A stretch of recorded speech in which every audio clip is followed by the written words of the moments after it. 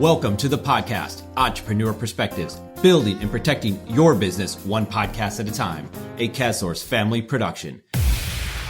This podcast exists in large part because of CASCM, the content marketing business inside CASSource Inc. So what does CASCM do? You know how many business leaders need help communicating their story? Well, that's what we do. Content creation and distribution for business leaders. This provides opportunities, relationships, and a platform for you and your business. Why do we do this? Because at CASCM, we exist to help business leaders build a meaningful legacy that is worth living and leaving. Learn more by visiting CASCM.com. In this episode, we discuss being the number 4 pick in the NBA draft, playing in the NCAA basketball tournament, and the journey of a basketball player.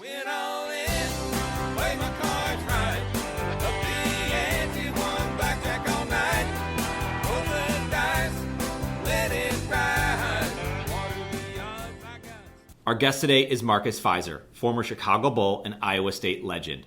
This episode was first featured on our SportsEpreneur podcast, the podcast where sports and entrepreneurship collide.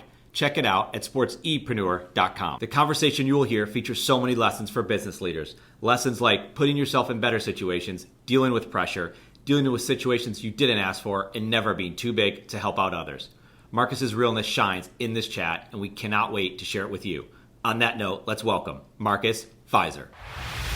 The NCAA tournament's going on. We were talking offline. We just talked about how this is such an awesome time of year, something that you were a part of back in the 2000 tournament. I hope I have my years right. You led your team, Iowa State Cyclones, to the Elite Eight. You know, kind of going back to that year. There's this assumption of what goes on with the NCAA tournament, with March Madness and all that, but it's all business, man, right? Like, from the standpoint of it actually being a business to the standpoint of you're showing up to playing a game, and if you win, you're playing a day, 36 hours later, something like that, 48 hours later. What was it like when you finally get to that point? You're a number 2 seed, you're one of the favorites to then show up and deal with this pressure as a student athlete. You're not making any money in this world, right? You're going to college and do it. What was it like in being in year 2000? It's a huge year for college basketball. Like, tell us about what you were going through at that time of your life. Well, our coaching staff, being led by Larry Eustachian, the way that he coached us and prepared us for the entire season, not only for that moment, we were just even keel, I guess you would say. From the beginning of the year all the way to that time, we just, stayed the course of who we were as a basketball club. We never let anything get us too high. We never got too down about anything, and we're just a tight knit group. Being Iowa State, we didn't have the limelight or the flashlight on us like Duke or North Carolina or one of the humongous schools like that. So we were pretty much under the radar. We knew how good we were, as a ball club, and we just got out there and had fun, and won ball games. We beat each other up in practices and stuff, and practices were extremely hard. And so when it was time to get on the basketball floor and play against our opponents, that was the fun time. We knew in practice we worked, and doing a basketball game was a fun time, and we just try to put that product of what they taught us out on the floor. Yeah, and so, like, when the tournament happens and you start getting on your run a little bit, so you're not feeling the pressure because you know what you're good at. You had the leadership. You had gotten to that point for a reason, and nothing was going to kind of take you off of that. Now, you ran into a team, I believe, in the Elite Eight. You played Michigan State, who ended up going on to win the tournament, right, with Mateen Cleaves. Right. Right. I mean, obviously, I was talking to someone. I'm like, sports is cruel because in college basketball, and this tournament might be one of the cruelest things, is, I mean, it could just, you play a team that just gets hot or hits a 3 at the buzzer, and next thing you know, your season's over. Perhaps your college basketball career's over. I mean, the amount of pressure, people, I hear fans all the time, they're complaining, I can't believe this kid missed a free throw. I'm like, do you know how much pressure and limelight and all this stuff that's on there on these kids? I mean, do you watch it today? Do you see that? Or do you feel like, when you're, like you were talking about before, you've lived with all of that. So when you get out there, you're just doing your thing? I watch it, now, and I watched the games and stuff yesterday, and And watching the Auburn game when I saw the guy get fouled shooting the 3 free throws, and I knew he was going to miss at least one. I thought he was going to make at least 2, but he missed. He missed 2 of the 3, and that would have been a big turning point of the game if he was able to convert all 3. But like you said, the pressure is so high. Because it's not like in college you do not get paid anything like that. So it's not like, well, okay, if I make it, then it's fine. If I miss it, it's fine because I still got everything. Kids don't have nothing to play for but for their pride and to win. Mm-hmm. There's nothing really to fall back on, because one made shot, one missed shot could be the continuation or the end of the season or end of a career. And some guys don't have the opportunity to advance on to be pros, and so that's a big moment for them. And to be in that situation, you just for me, I had to block out a lot of outside things that were going on. And as a 40-year-old man now, I sit and I think, and I try to recant honestly a lot of the times, a lot of the moments, and I can't. And then my wife said, well, what was going on? And I tell her, I just really cannot remember because I had to be, so focused in. My tunnel vision had to be so focused in that, it could have been so much stuff going on outside that, I had no clue because I was just being oblivious to what was going on. I wasn't that player that can hang out and do this or do that. And even as a 21-year-old adult, being able to, drink alcoholic beverages and stuff like that, I wasn't that type of player. My greatness had to come with being totally focused.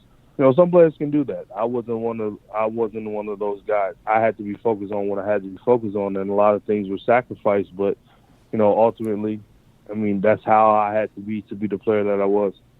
Yeah, so you had to almost like just go out of balance with everything and say you're completely committed to your craft, to what you're doing, and you can't get. And you said you had to give up some things. You had to give up going to the parties and give up drinking and hanging out and doing all this stuff. Where you had to be so locked in. And it sounds like when you were doing it, you were so locked into a point that looking back on it, it's hard to be like, man, what was going on in that moment? It's because you were just so dialed in at that time of having the career that you had and leading your team, and just it's got to be. It's probably hard to explain to someone who wasn't in those moments, right? Mm-hmm. It is. And, like you said, if you're not in that moment, if you don't understand it, we all are fans. I sit and watch other sports and I think about, man, that looks so easy or that looks so hard. Yeah. But you never know it until, I love the game of baseball. I'm a huge Red Sox fan. And I see those guys get up there, and oh my goodness, I want to hit home runs, and I'm strong, and so I went to the White Sox training academy one time when I was with the Bulls, and I think they had like the fastball set at like 65 miles per hour, and man, that ball was blowing by me so fast it was ridiculous. Yeah. And I'm like, come on now, and I take 10, 11 swings and. Man, my obliques and everything is just on fire, and I'm just like, here I am as a pro athlete, pretty much in my early years or the prime of my basketball, as an athlete, and it's like, man, this is strenuous. So you never know, what's going on and how much it takes to be a pro athlete or athlete in a different sport until you try it, and people from the outside looking in, makes it seem so easy. Well, how they got missed that layup? He's running 100 miles per hour. Somebody's bearing down on him. He's trying to concentrate on making the basket, and sometimes Jamal Tinsley, his last year, it rolled off the rim. Yep. It just happens that way. You think he wanted to miss that layup?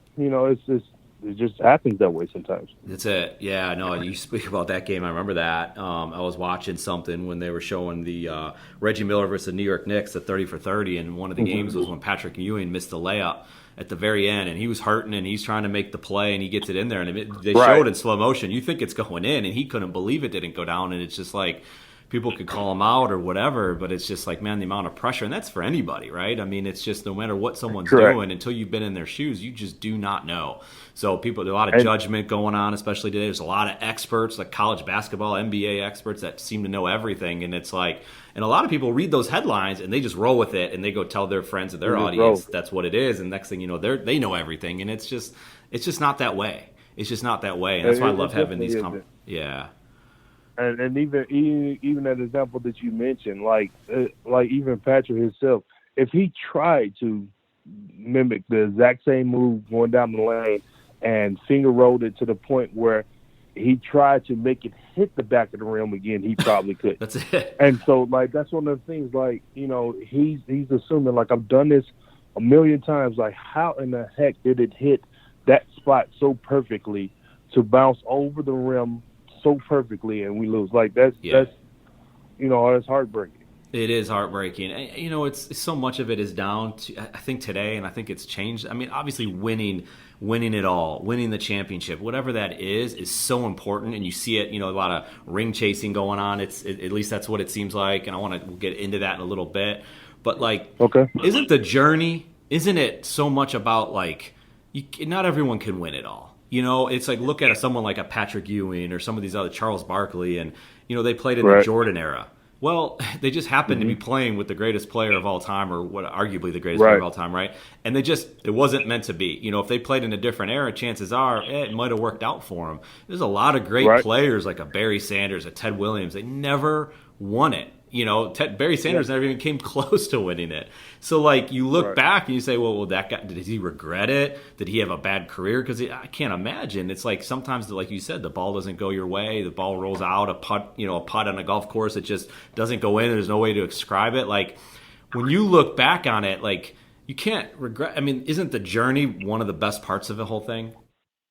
It should be. Ultimately, it should be. I mean, for some guys, it's a different drive. But ultimately it should be.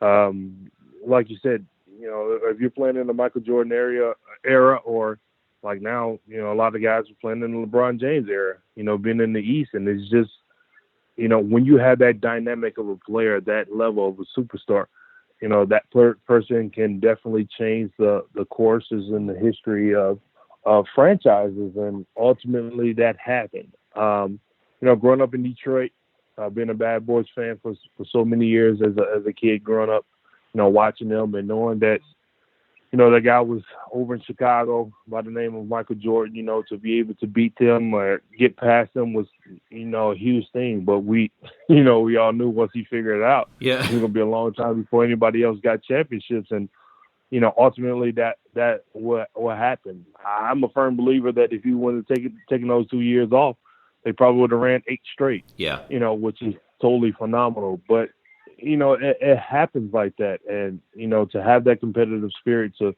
want to play against and beat a team or a player of that caliber is something that you should ultimately want to do. But sometimes it happens, sometimes it doesn't. You know, you just got to, you know, be that competitor. Everyone, you know, there's only one team that can win.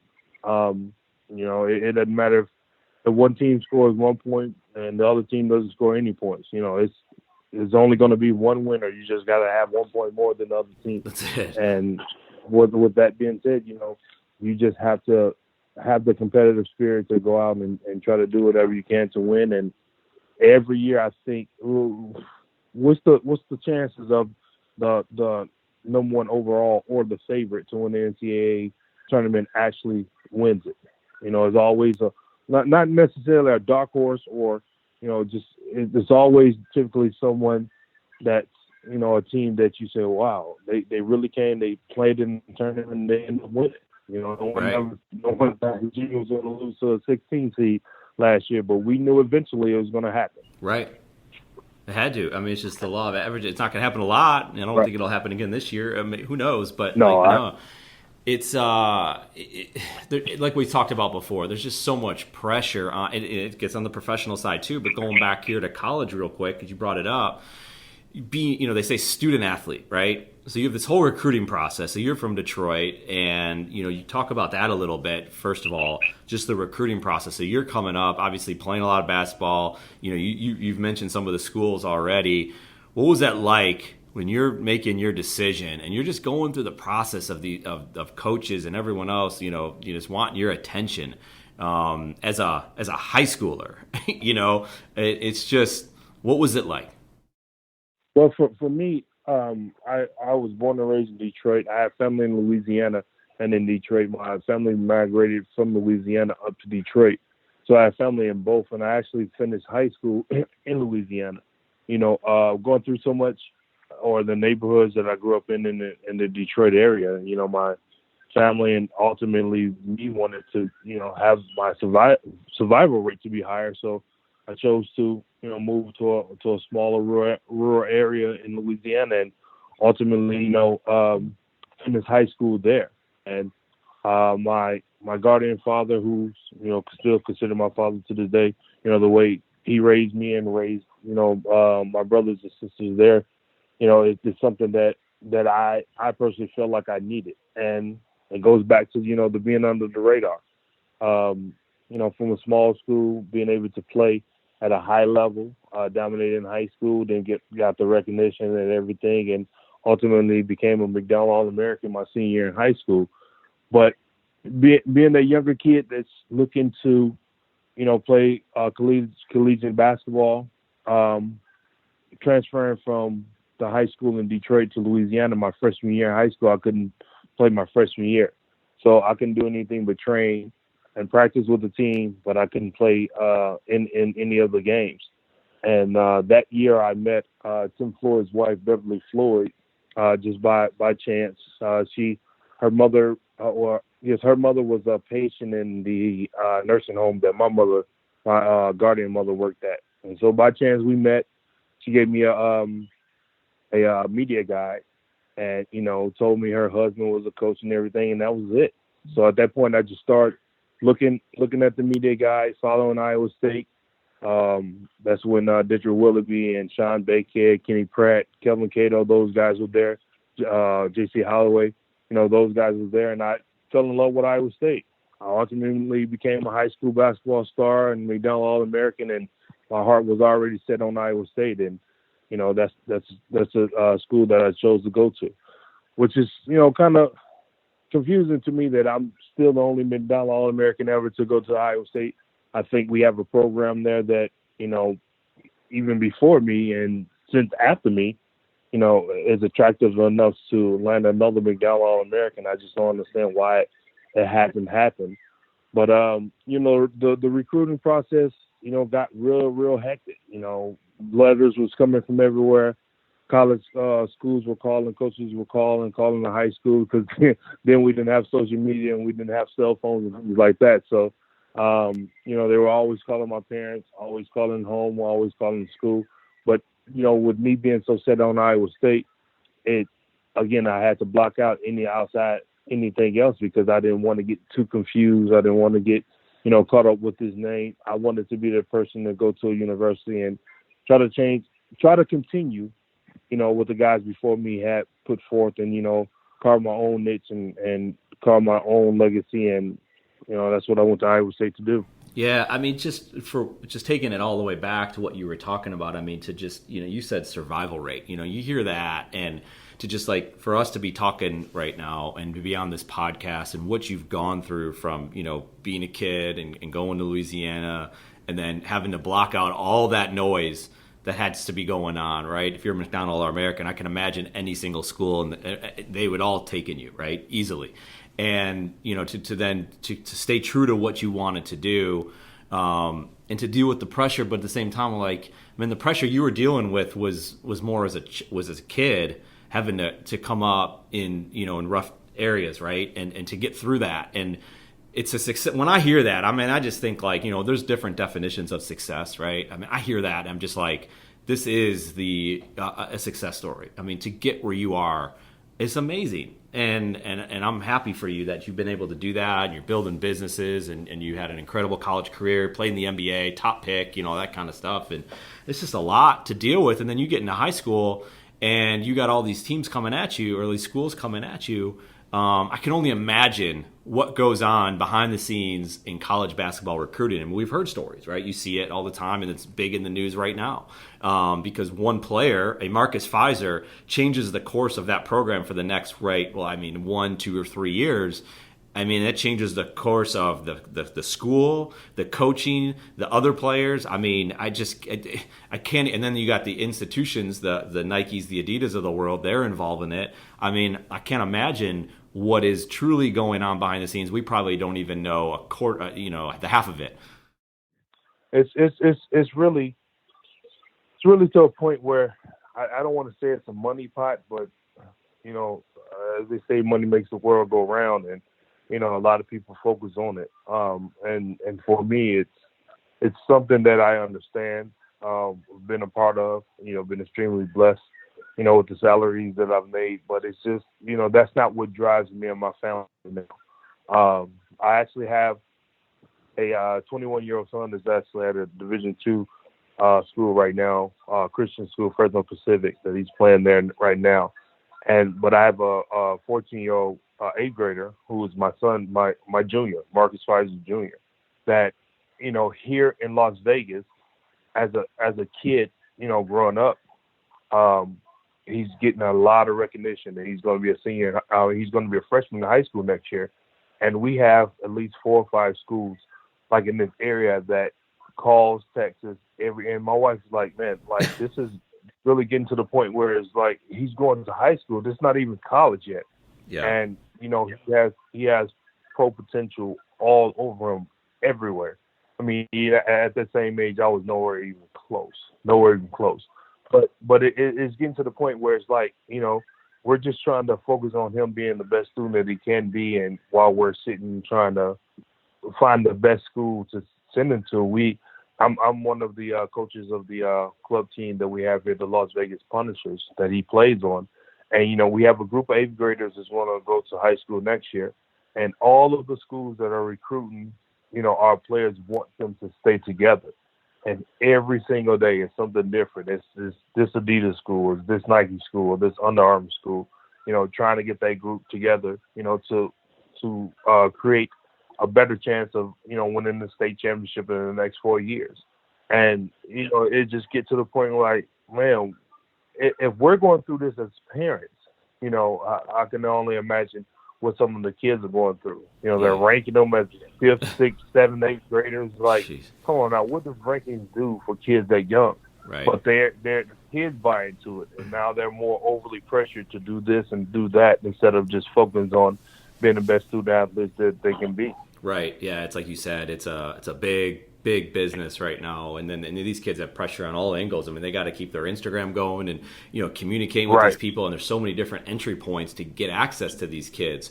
There's games all the time. There's social media. There's the parents, and here you go now as a father living through it, and you see it. I mean, I have kids myself, and you just see when you look back at the things you did or didn't do, and you get to see it from a different perspective. Man, it changes things real quick.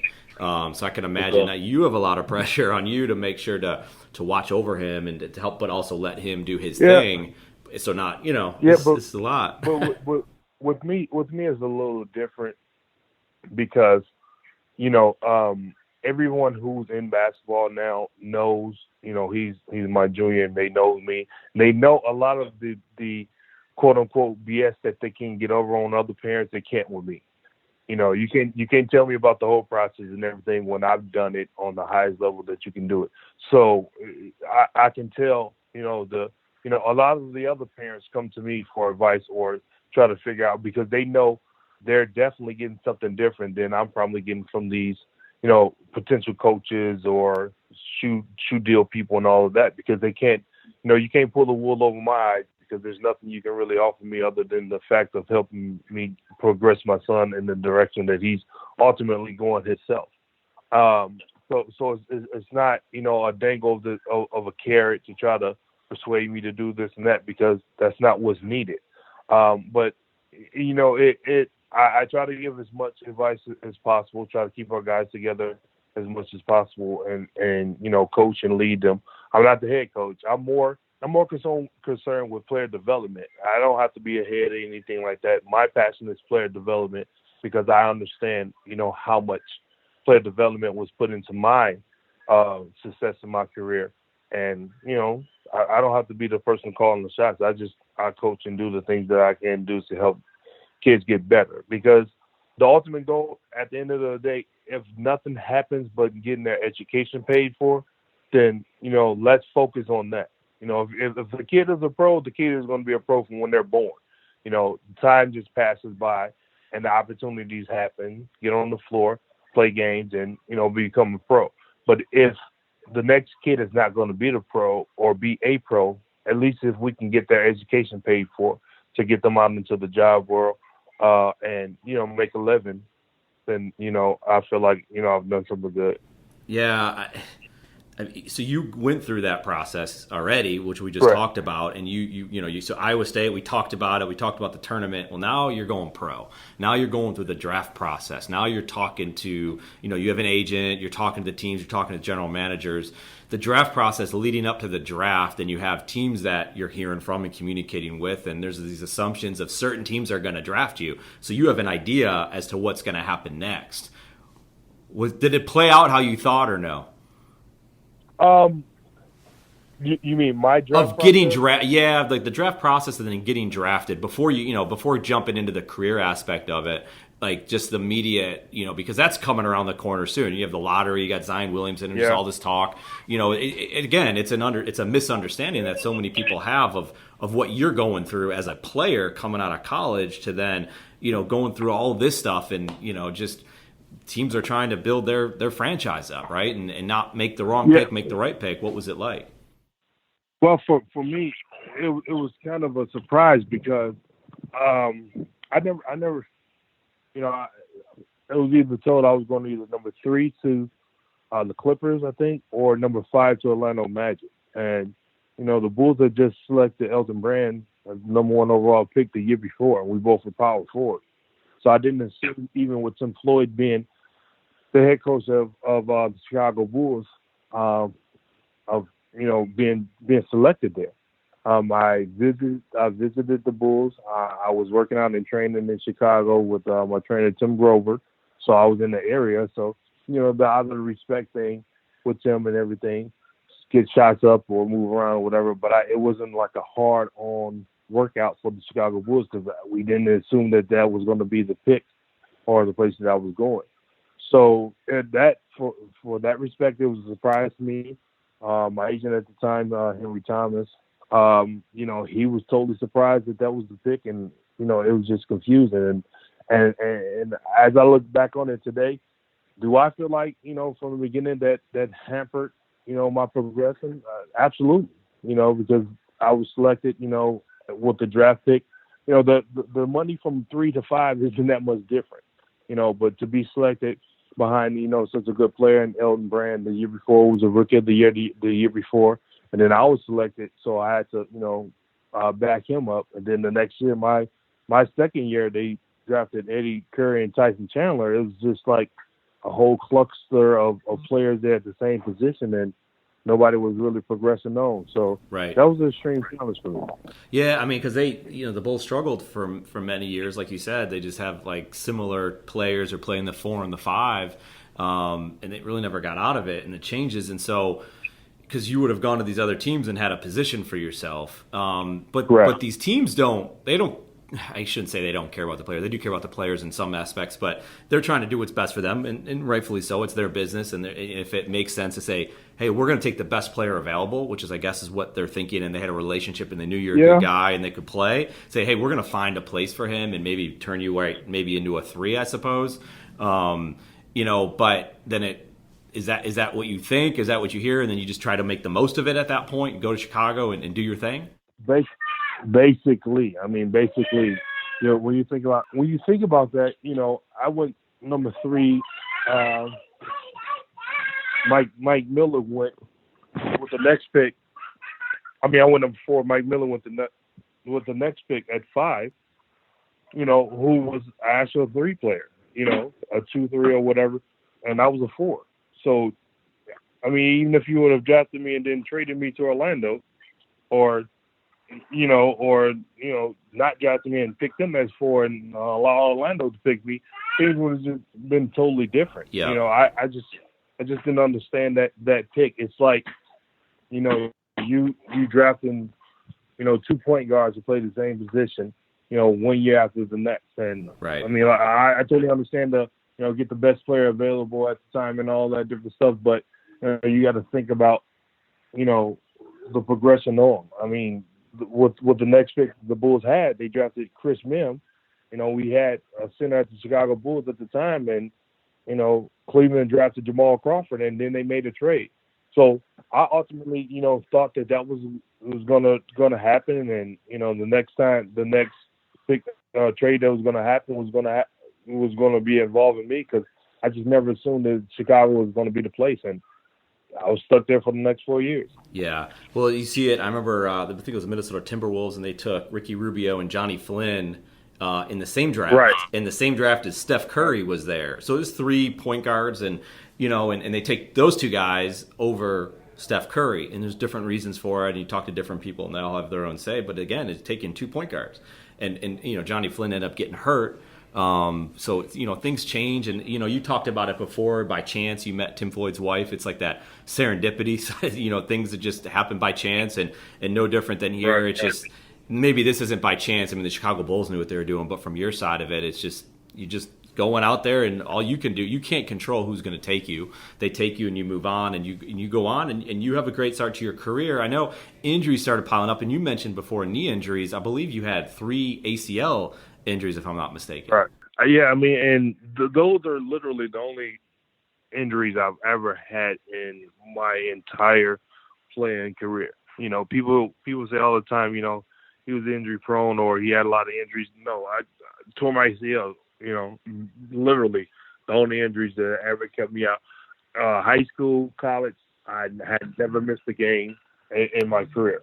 I had always played through everything, and even after, my ACL surgeries, the only injuries I ever had were my ACL tears, and I fought to a 14, 15-year career, NBA and overseas, and, that was the only vein of my, professional career, just the ACL surgeries. And it's one of those things that happen. No one can really control that. No one really saw, Brandon Roy having that degenerative knee issue. It's just something that happens. If it happened to Kobe, if it happened to LeBron, if it happened to MJ, careers will totally have been different. Like Grant Hill or Tracy McGrady. Not being the play. Although he's a Hall of Famer. Tracy really feels like a lot was left, or a lot was diminished to the fact of him being ultimately a better player than he actually was, if he wouldn't have to go through so many injuries. But it's a part of the game, and if everything that I went through in my career with my boys that's coming up behind me, is to teach them a different way, or the things to look out for, the things to be mindful for, and the best way to give them a better opportunity. And I'll take that 100 times out of 100. Yes, and that's what we were talking about before, the journey and just enjoying this whole process that you go through and the things you get to learn, and now you get to give back, whether it's your kids or kids on your team or just people in general, or talking on this podcast and get your message out there and your story out there. I mean, I think it matters, and you're right. You talk about someone like a Tracy McGrady, and then people like we were mentioning this before as well. It's like, well, people say he was injury prone and all this. I mean, that's just headline stuff. I mean, that's just garbage, and and we all are all like you said, we're all fans. But at the same time, it's like, man, you have no idea what was going on behind the scenes. I mean, guys tear their ACL walking down the street, and they didn't mean to do it. They didn't want to do it. It just happened. And it just so happens that this is a world-class athlete that plays in the NBA, of which there's only how many spots? So it was like 540 or something crazy, or 400 something. I mean, my goodness, to even the odds of even making it, it's so slim, and then you get injuries, and what are you going to do? I mean, there's nothing you can do, and then there's always going to be people talking, that you did this, you did that wrong, and it's just that's just noise. And there's so much. I hear it now. I see it with my son who plays soccer, and he's a soccer goalie, and there's kids chirping all the time, and it's just you get used to it because that's the world. It's unfortunate. That's the world we live in, and you got to overcome it. But you just right. like the headlines that people want to create because they want to get clicks on their story to read it so they can sell advertising, and they're taking advantage of a high school, college, NBA player. It's just ridiculous. I mean, let's just enjoy the sport. But that's where we are.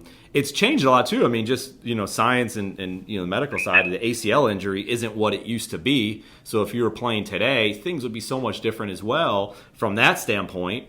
But also from, we talked about a little bit before, the branding standpoint and just the players in general with their off days. So, and taking breaks, taking rest days. I forgot what they even call it off the top of my head, but that wasn't happening when you were playing. I mean, that's only recent where people are resting. I just saw the other day, Antetokounmpo and LeBron, they were playing each other. Like, those are two marquee players in today's NBA, and neither of them played. What are your, the players that you played with, in 15 years or so ago, what do you guys say about like the current state of the NBA and players taking off days?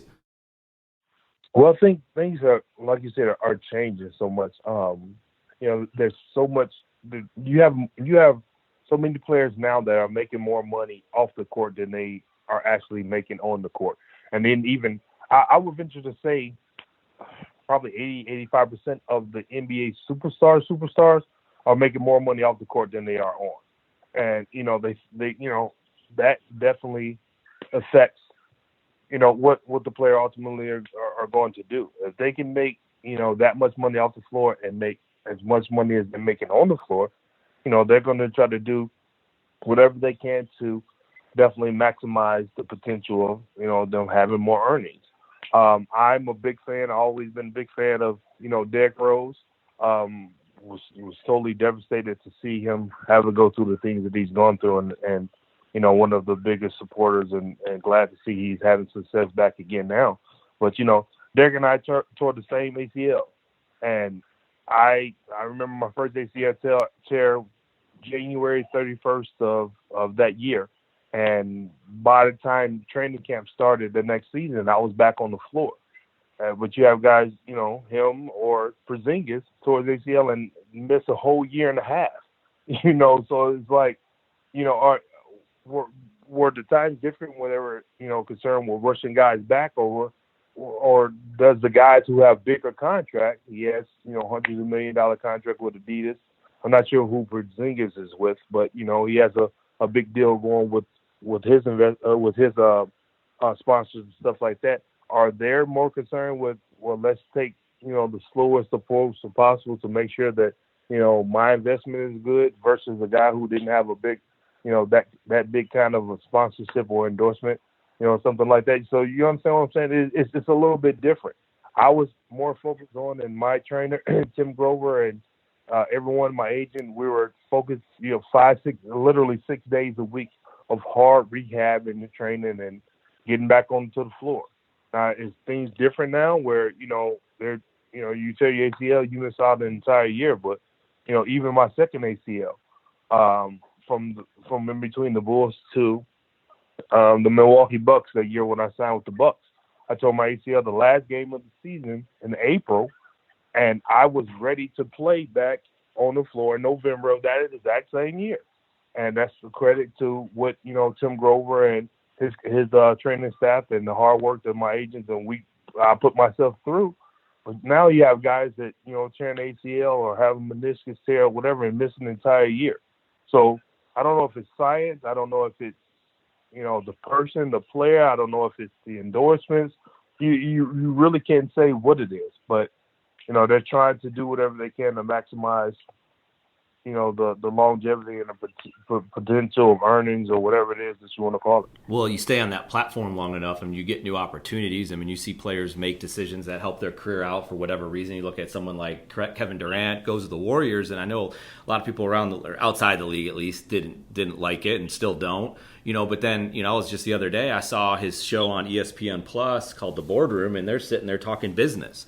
And these guys, it was him, CJ McCollum, Jason Williams is leading it, And these guys, they're talking, they got the Jack Dorsey, who's the founder of Twitter, on there. They were more fascinated by what he had done, by being the founder of Twitter, by being one of the first 10 investors in Instagram. And they were just blown away. You know, normally you sit down with an athlete and you sit with Kevin Durant and you're blown away by what these guys had flipped it. They were so enthralled with what he had going on, and they had so many businesses. And Kevin Durant's, you know, he got his opportunity. Forget going to the Warriors, he's now in Silicon Valley, has his own business, right? I mean, there's this platform that they are able to get on, which is the NBA, in a time when the attention the NBA has is just incredible, both, you know, not only in the United States but internationally. I mean, this sport is, I remember being in Europe a while ago, and you're meeting kids, and all they wanted to talk about was the NBA. I mean, that's how big it was growing and how fast it was growing. But now these guys have a platform to live on and to build their brand, you know, on the tools of social media, Instagram, Twitter, Facebook, all these different things, and then have the shoe deals. But now they're in business. Now, you know, CJ McCollum has his own podcast. It's just, it's nuts what you can do. It's not just basketball anymore. And I mean, LeBron James is a great example. He's in LA. He's got a production company. Kobe Bryant, what he built after the NBA, it was just incredible. He's already won awards for his work. My kids and I listen to his podcast Punies on the way to school, and I mean, it's awesome. I mean, it's really cool what they're doing, or what a lot of players are doing, because they had this platform and they're building it not only while they're in their career, but, you know, for after their career, because they realize their career could end at any moment. And even if it doesn't end at any moment, there is a shelf life, right? At some time, they're going to have to stop playing. But it's just and that's kind of a double fold, you know, case to look at the situation, because some of the players that you're mentioning now, you know, even in the Kevin Durant or CJ or Kobe, you know, these guys have the opportunity to invest more, or, you know, they have more disposable income than someone that's on a lower level of a contract. Yep. You know, somebody making $4 or $5 million a year is nowhere close to making $45-50 million a year.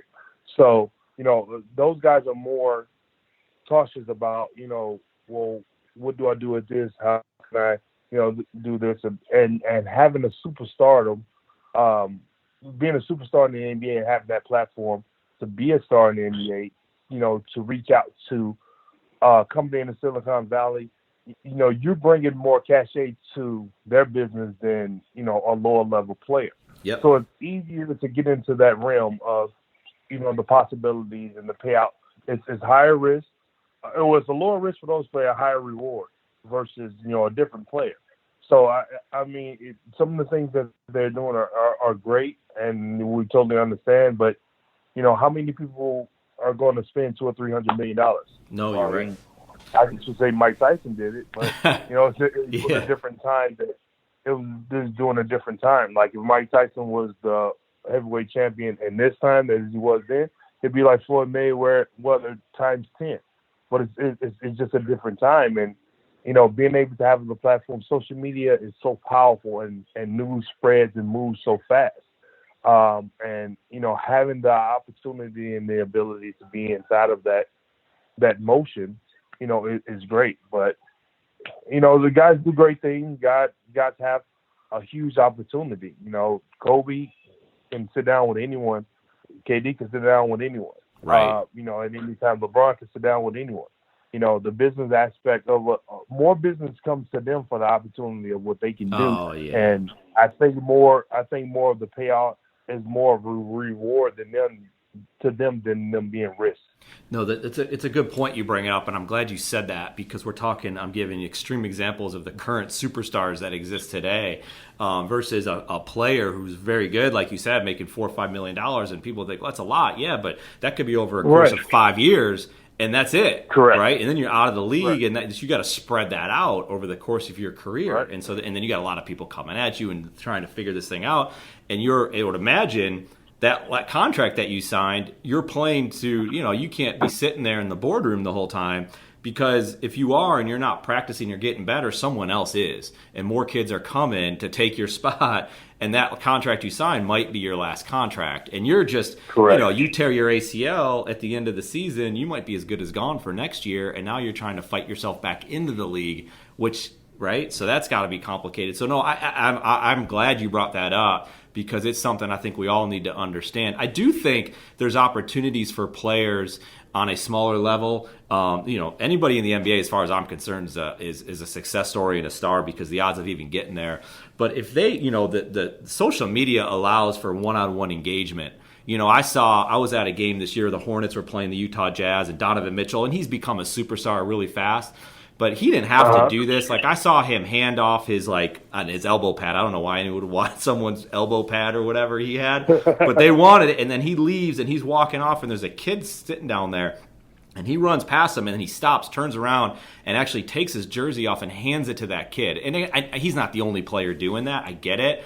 My point is, he just made that kid's day. Like, that kid is he's a Donovan Mitchell fan for the rest of his life. Like, you can never say a bad word around that kid about Donovan Mitchell. And it's no different than, if someone engaged with a person on Instagram.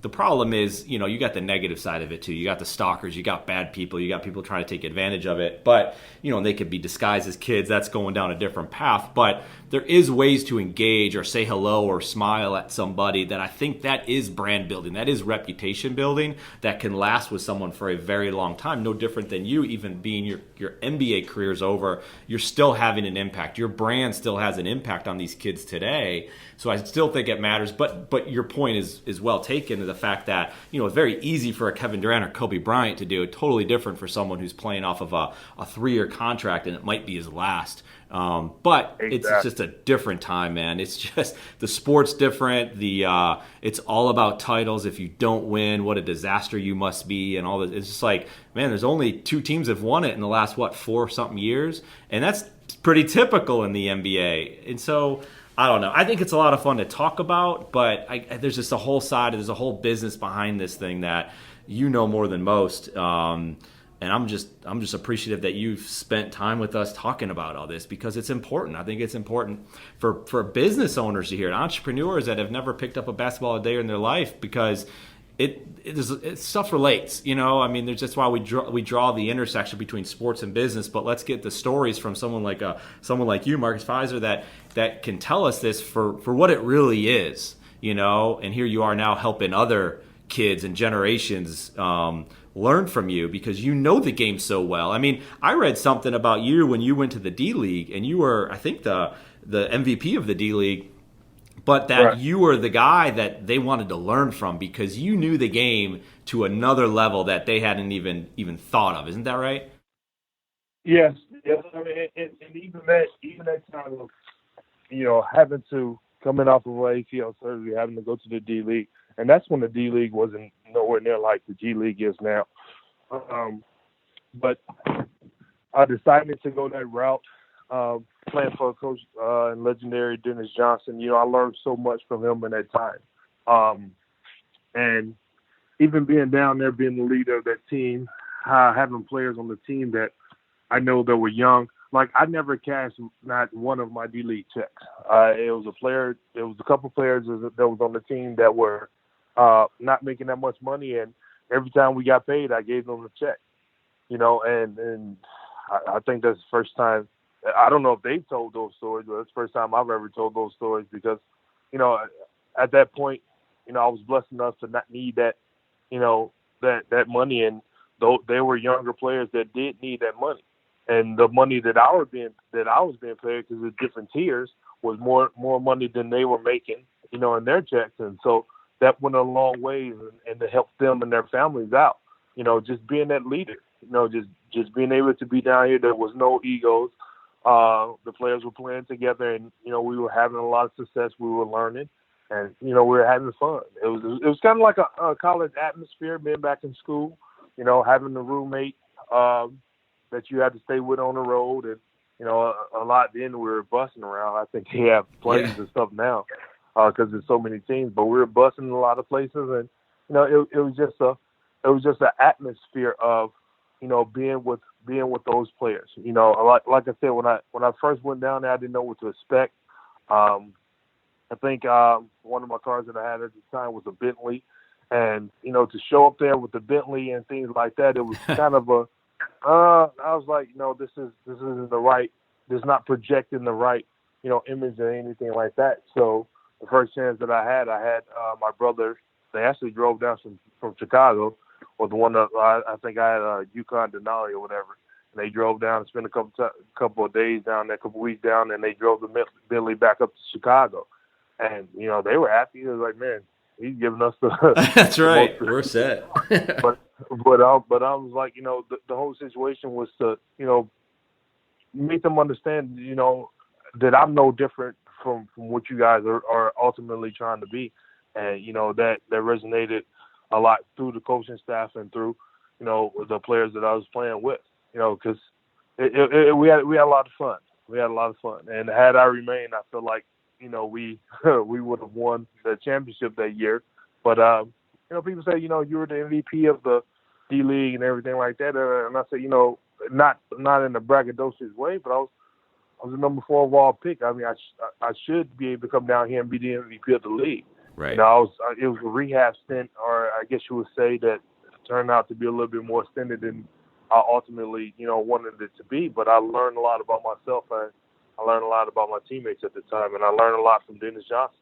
Yeah, I would imagine so. I mean, just the way you're just being real with us, I appreciate it. I mean, and that story, like you said, you're not out there telling that story about how you gave your paycheck to these other guys, but I mean, what a story that is, just to hear that and just, you just don't hear it a lot. And I get it, too, because you don't have to tell those stories. I mean, that story, like you said, hasn't been told in a long time or never told.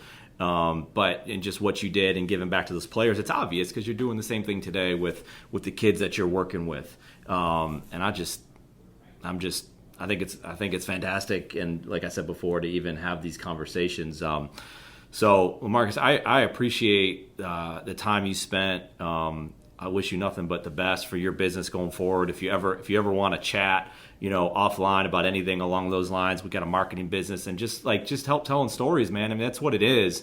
That's why this podcast exists. It's to tell stories. It's to feature people like yourself, and let you get your story out there. And who knows? Maybe one person's impacted by it, but that's one difference. It's no different than you handing your check to one guy or two guys, and it make a difference in their lives. I mean, that's what this is all about, isn't it? It's just helping one person or just communicating, having conversations with people that you otherwise wouldn't have been able to communicate with if it wasn't for Instagram. We're not on the phone right now, which is just. It's kind of crazy when you think about it, but and I remember watching you when you were in college and playing in the NCAA tournament. I definitely appreciate the opportunity, and anytime that we can connect and get something positive out of it, like you said, that's ultimately what we're looking for, and hopefully I can pass on as much knowledge as I can and everything that I learned, the good and the bad, to the next generation. That's it, man. Well, let's definitely keep in touch. We'll be following you in your business and social media, but we'll be in touch for sure, man. And like I said before, Thank you so much for your time. We appreciate it. Thanks, Eric.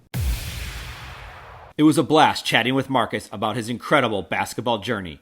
These stories from amazing people like Marcus Fizer are what it's all about. We hope you enjoyed it. If you want to connect more, hit us up on Instagram at SportsEpreneur. Thank you for listening to the SportsEpreneur podcast, the podcast where sports and entrepreneurship collide. Now go get it. Went all in, play my cards right. Up the ante, won blackjack all night. Roll the dice, let it ride. What are the odds I got? This podcast exists in large part because of CASCM, the content marketing business inside CASSource Inc. CASCM is excited to bring the content marketing services used at CASSource to you. Learn more by visiting CASCM.com.